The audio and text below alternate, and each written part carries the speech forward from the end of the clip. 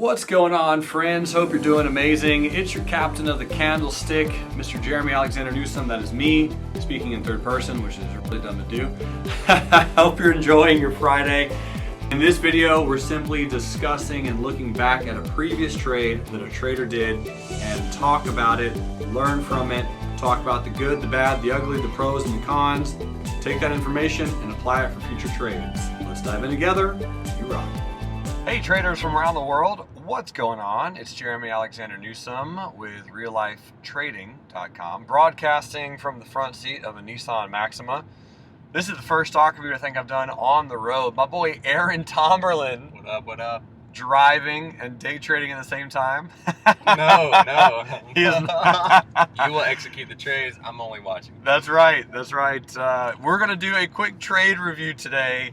And we're going to be looking at a good trade from my buddy up in Montreal, who I'll be visiting and meeting in about 13 hours, Mr. Joel. And let's go check out his trade. So this is the email that Joel sent me yesterday.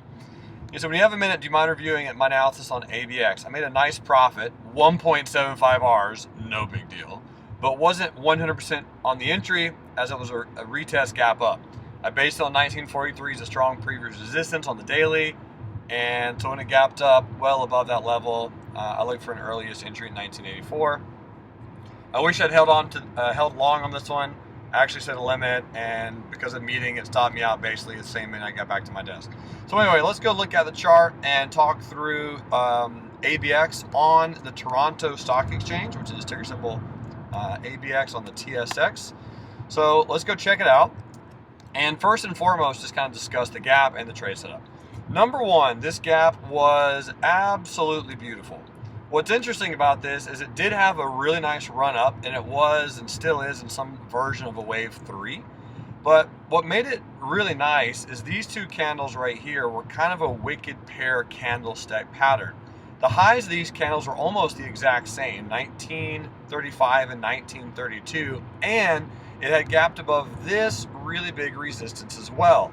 This resistance was back in March, and it was also clearing this resistance and this resistance and this resistance. In fact, this stock hasn't been this high since 2017.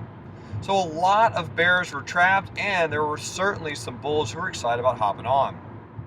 So what I'm going to do is kind of go back and back trade this a little bit on the 5-minute chart without really knowing exactly what it did. And I did not trade this one yesterday. Obviously, this is on the TSX. I don't trade the TSX, so I'm not entirely sure what happened with it. But let's go check it out. So first thing I'm noticing is you do have a really nice consolidation from the previous day. Higher lows, relative highs, nice gap up, nice little move, and really does look quite nice.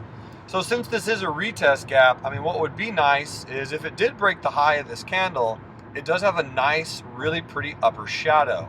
So an entry could be there, and a stop loss could just be a little bit lower. So an entry above the high of this candle, since it is, again, a retest gap, you do want to give it some time to actually retest, right?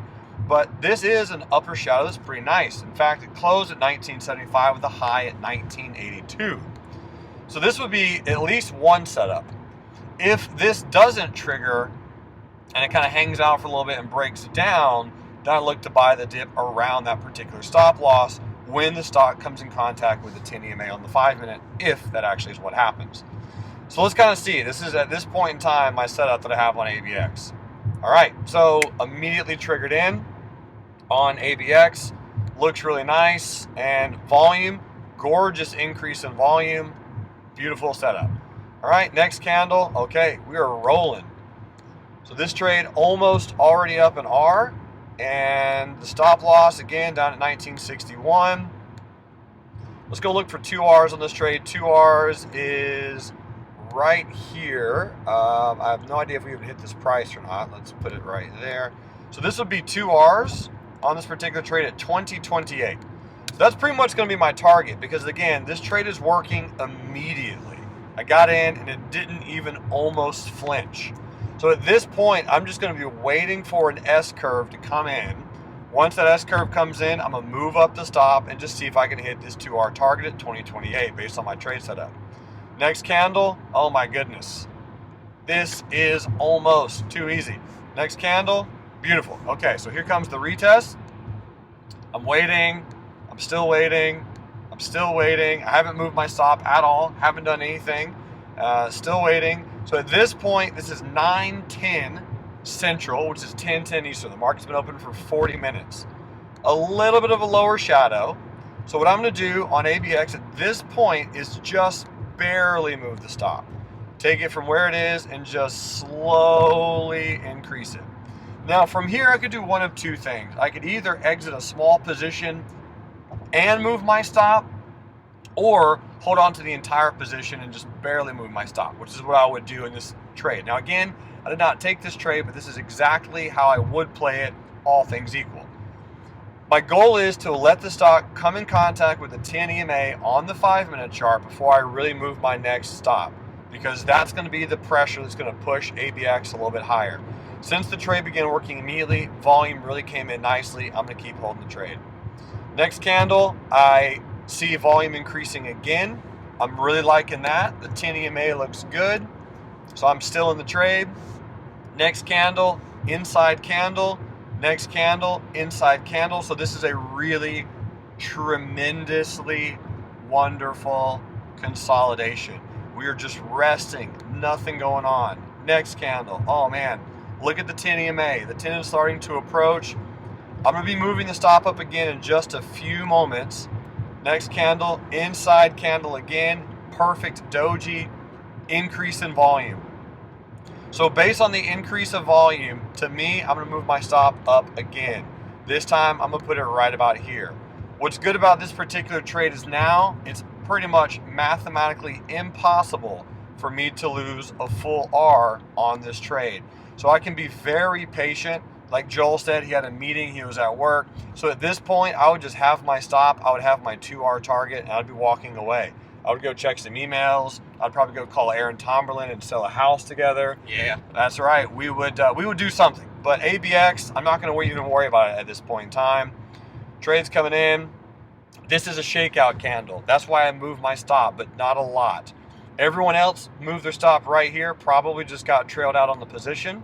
So I'm waiting. Still waiting. Still waiting. Still waiting. Going to move my stop.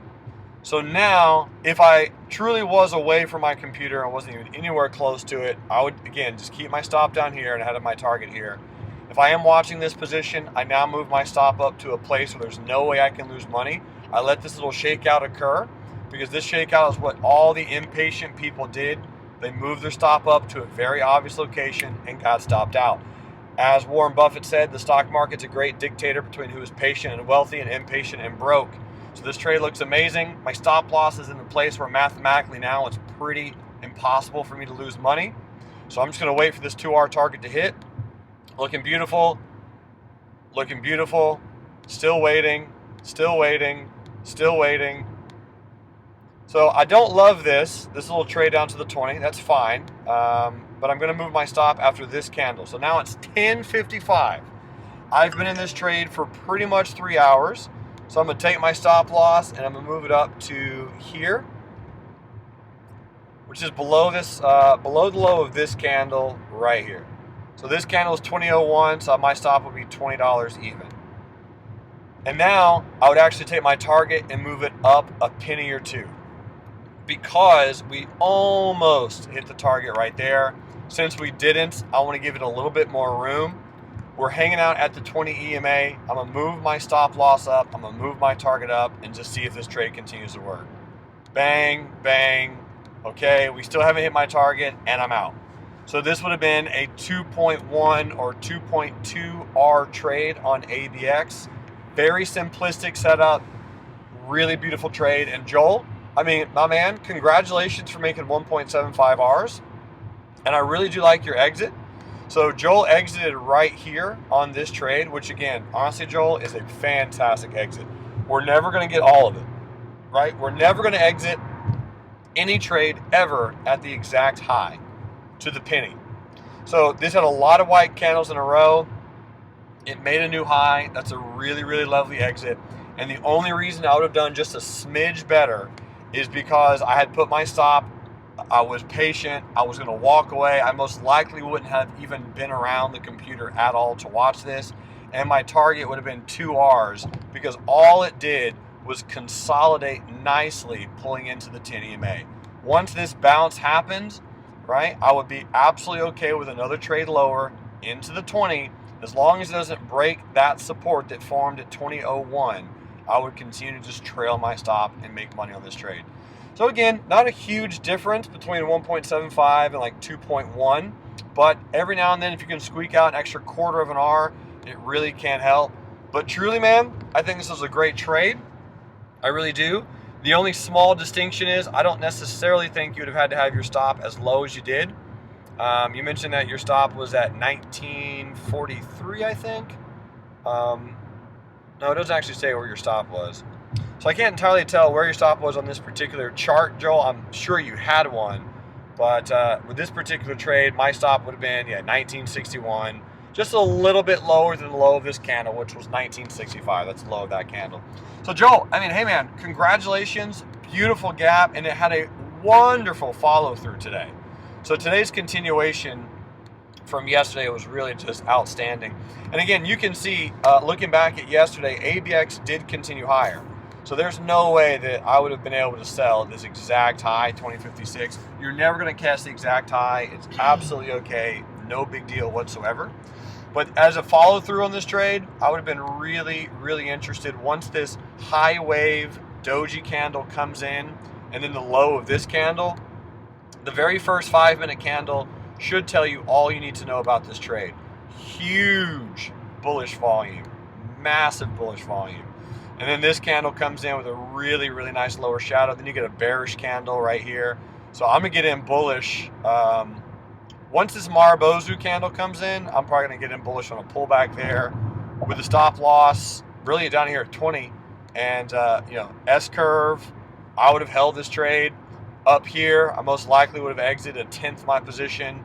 I would have moved the stop from 20 to 20.04, held through this, let this bounce, move the stop up to here, and then exit all of it around here for another R1/2, 2 Rs. That's how I would have played it today. But of course, I didn't take any day trade at all. In fact, my good buddy Aaron and myself are driving right now to Montreal, Canada for another trading summit, which is going to be tomorrow, where I'll be teaching a whole room full of eager people all about this high wave candle, how it forms, and the implications that it has. So good. Ladies and gentlemen, thank you for tuning in. Absolutely first degree murdered the Benzinga Trading Summit yesterday. It was outstanding. Met incredulously beautiful human beings. Was able to share some great conversations and thoughts about trades. I love it. So much more goodness coming your way. Thank you for being a part of Real Life Trading. If you have any questions, let me know. I will see you all on Monday for your next free real life stock review. Until then, love life, live life, and trade it. Bye.